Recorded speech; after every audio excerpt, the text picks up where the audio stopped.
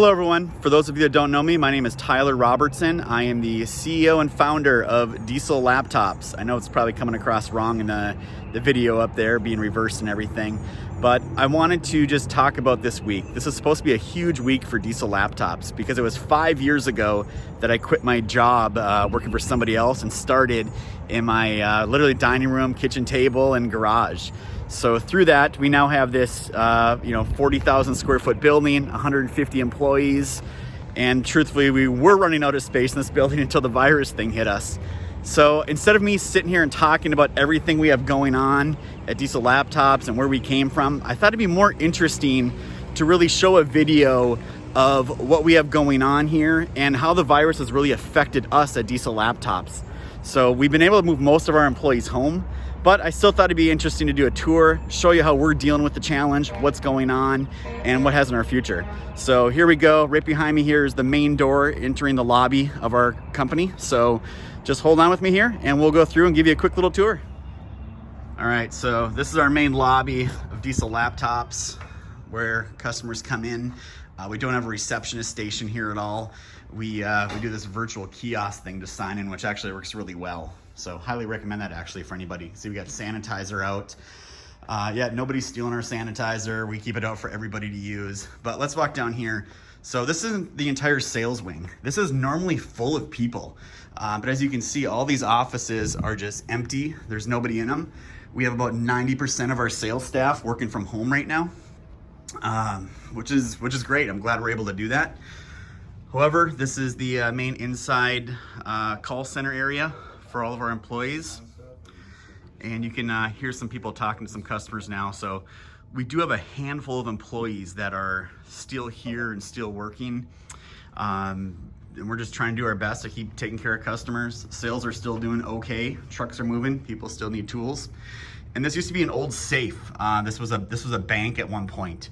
So what do we store in there? Well, ironically, toilet paper, hand towels, sanitizer, all those things that we need. We don't do this because we don't trust employees. It's just where we've always kept this stuff, but it is what it is. So let's go walk through a couple other areas. Probably do a little speed up video here just to give you an idea. But again, just empty office areas where we normally have employees. And everything's just changed a little bit. So we'll walk through here.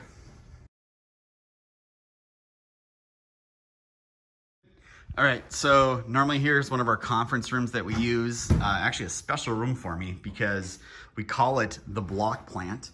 And in here are the first blocks that my family ever made. They owned a concrete block manufacturing company. So over here is the very first one that my family did in 1977. There's a picture of it from back in the day. And then there's the last one that my family ever did as well. If you ever think an industry can't be disrupted by technology, look no further than the concrete block industry. Totally replaced by all the styrofoam walls and basements that are being done up in northern Minnesota. So this is our engineering room. And up until about 2 weeks ago, this was pretty much full of employees. So I think we only have 1 or 2 of them here today. Most of them are all working from home. So yep, there's Chris over there. So again, just the changes that have really affected our company with everything going on. Somewhat crazy. Let's walk over to the warehouse and production area. All right, so this is our warehouse and production. These employees are still here for the most part, although we do have customer service people that are normally in there. They're gone, not here today. But our inventory, still full, still doing things, still getting products out. You'll hear employees talking to customers. We still have people that are here purchasing and managing. So they're still here boxing up, packaging up stuff. It's early in the morning. Looks like we got a bunch of other products going out the door. So at the end of the day, trucks are still being worked on. They're still driving down the road, still need to get repaired. Alan's normally in this department. He is in charge of making our wiring diagrams and component locators, but he's working remote. Our production area, we still have people here working. Kits still need to get shipped out the door. Things still need to go. Volume's definitely not what it was. It's doing better, but it's the new world we're kind of living in here. So this parking lot, actually we'll take a step outside here.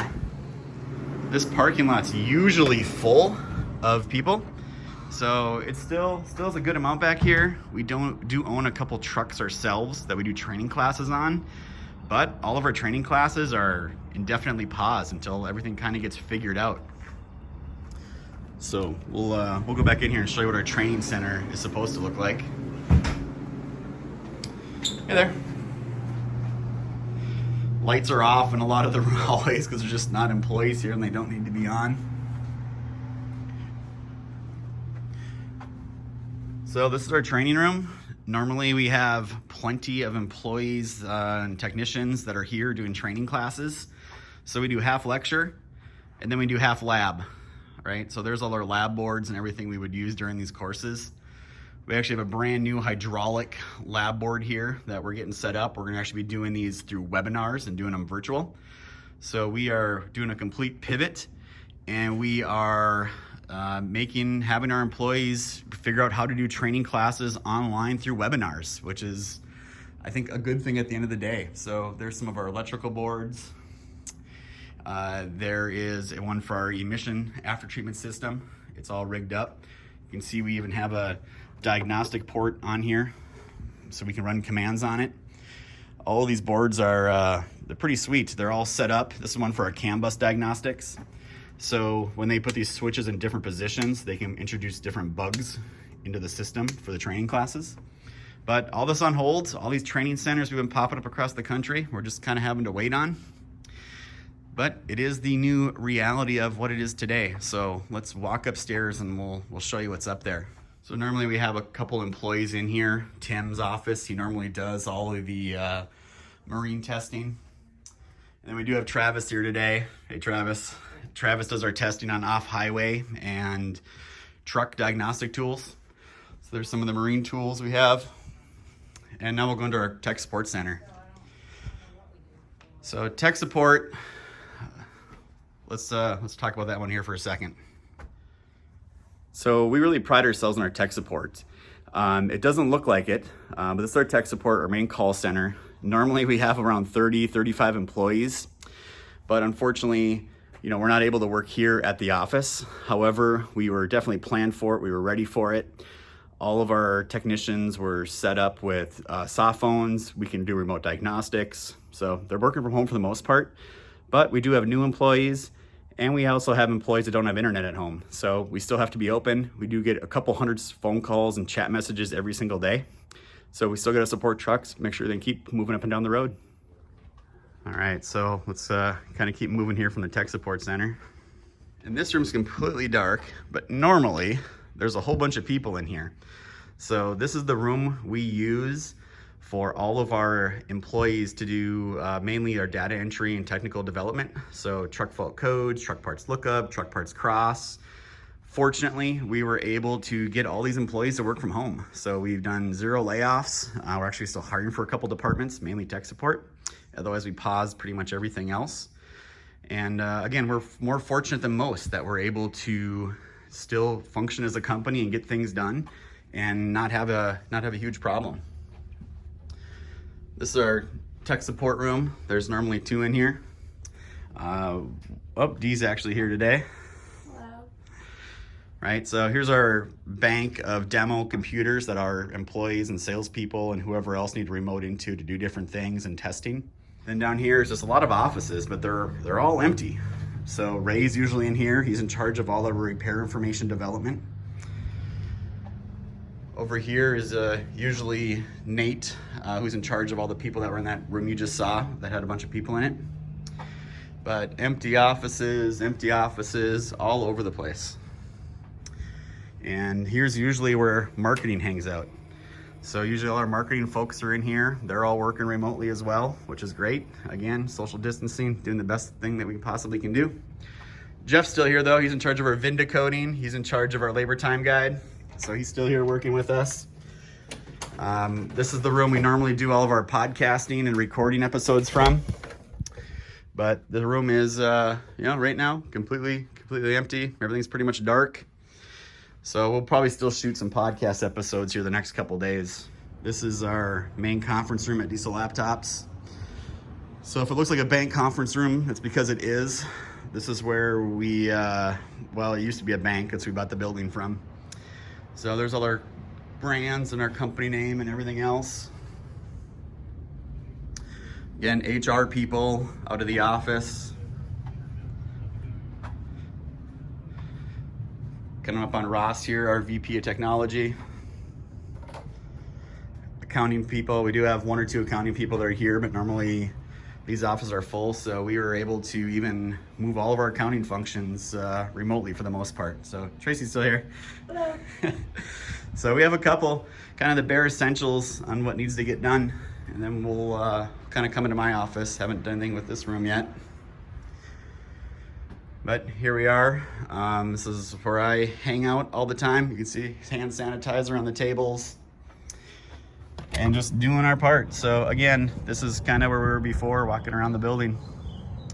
And that's our extra warehouse over there. So, you know, at the end of the day, I look back now, it's been 5 years, right? That's why I started the video, and that's kind of how I'll end it.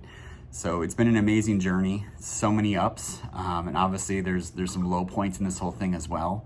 I can say I'm really fortunate as a customer. We have some really great and awesome clients. We got some awesome employees who really believe in our mission. I think as a company, we really found our way. We really understand now it's about diagnostics done right and giving people a complete solution to really take care of everything that they need to have done in order to be successful in their shop environment. So I think when we all look back at this moment years from now, it'll just be a speed bump on the way to greater things. And I know it's a painful thing now. I know it's a scary time, a lot of anxiety out there, a lot of fear out there.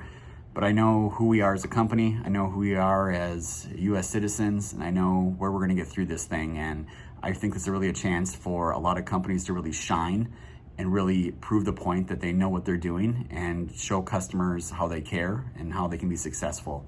So with that said, our 5-year anniversary, not how I had imagined, not how I had planned any of this in my head. And I'm sure most of you are sitting there the same way this week, thinking about how the world just got really weird on us all of a sudden. But with everything, there's opportunity, there's challenges, and when you come through them, you tend to be a lot stronger than when you first entered them. So with all that said, thank you to everybody, our customers, our vendors, our strategic suppliers, my wife, my family, everyone that's helped us get us here to 5 years. It's truly a tremendous thing.